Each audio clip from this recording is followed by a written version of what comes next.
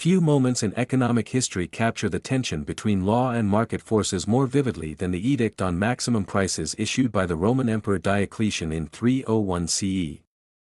Imagine a vast empire stretching from the windswept cliffs of Britain to the sun-scorched deserts of Egypt, where trade networks carried everything from fine Egyptian linen to the fiery wines of Gaul. In this sprawling, multi-ethnic realm, prices were spiraling out of control. Inflation, currency devaluation, and shortages threatened the stability of the state and the welfare of its citizens. To curb this chaos, Diocletian took a step that might seem radical to modern eyes. He attempted to legislate every price in the empire, from the cost of bread to the wages of laborers. The Edict on Maximum Prices was ambitious. It was not just a price ceiling on a few goods, it was a sweeping, top-down effort to control the entire economy. It listed over 1,000 items and services, including foodstuffs, clothing, rents, wages, and transportation costs, with legal penalties for violations. The logic behind it was simple in theory. By fixing prices at reasonable levels, the emperor could protect ordinary citizens from exploitation and maintain social stability. For Diocletian, the stakes were enormous. The Roman economy was under severe strain. The empire had suffered decades of political instability, civil war, and the debasement of currency. The silver content of the denarius, the backbone of Roman coinage, had shrunk dramatically, fueling inflation and eroding confidence in money. Yet, the edict's greatest flaw was that it treated the symptoms rather than the causes of economic instability. The price surges were not merely the result of merchant greed or caprice, they were rooted in structural problems: a fragmented currency system, disrupted trade networks, and labor shortages due to wars and plagues. By trying to impose a uniform set of prices across an empire with vast regional differences in supply and demand, Diocletian was asking a near impossible task. The reality of the Roman economy, local shortages, transport costs, and regional disparities, made fixed prices largely irrelevant to market realities. Enforcement was another insurmountable hurdle. The edict came with draconian penalties: violators could face death. But laws on paper are one thing, enforcement across thousands of miles and countless villages is another. Governors and local officials were often ill-equipped or unwilling to implement such sweeping regulations.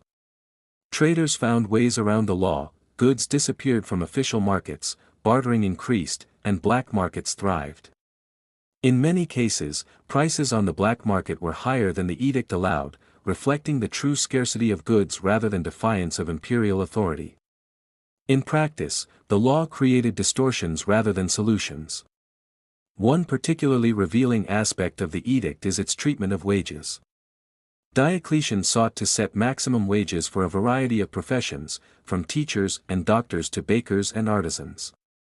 This attempt to regulate labor costs failed for reasons economists today would recognize immediately. Wages are determined by the supply of labor, skill levels, and the economic value of services, not by arbitrary decrees.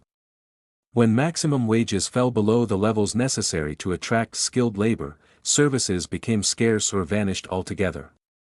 Craftsmen abandoned their trades, merchants withdrew their goods, and the flow of commerce slowed. Far from stabilizing the economy, the edict risked creating paralysis in key sectors.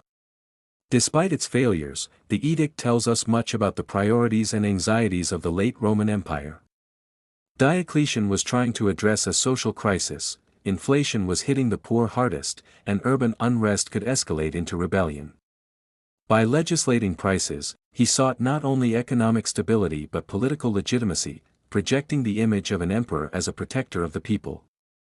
In a sense, the edict was as much a political tool as an economic one, a statement of imperial authority over chaos. Modern historians and economists have often used the Edict of Maximum Prices as a case study in the limits of state intervention in markets. It illustrates a principle that remains relevant: artificial price controls, if not matched by mechanisms to address supply and demand, tend to fail. When governments attempt to freeze prices without ensuring sufficient production and distribution, shortages, black markets, and social disruption are inevitable. The Roman example echoes through history, from the price controls in early modern Europe to modern attempts at regulating essential goods during crises. Interestingly, the edict did have indirect effects on Roman society. While it failed to stabilize the economy, it highlighted the importance of regional trade networks, the challenges of currency management, and the need for administrative oversight. It also serves as a cautionary tale about the limits of imperial authority. Even an emperor commanding the loyalty of armies and governors could not fully dictate the behavior of markets. The failure of Diocletian's edict also coincides with broader economic trends in the late Roman Empire. Inflation persisted, often exacerbated by continued debasement of coinage. Local economies became more isolated as long-distance trade declined, and reliance on barter increased. The edict's collapse underscores the difficulties of governing a large, diverse empire with a single set of economic rules. Rather than stabilizing prices, it inadvertently contributed to the decline of market activity and highlighted the increasing tension between central authority and local realities. What lessons does this episode hold for us today?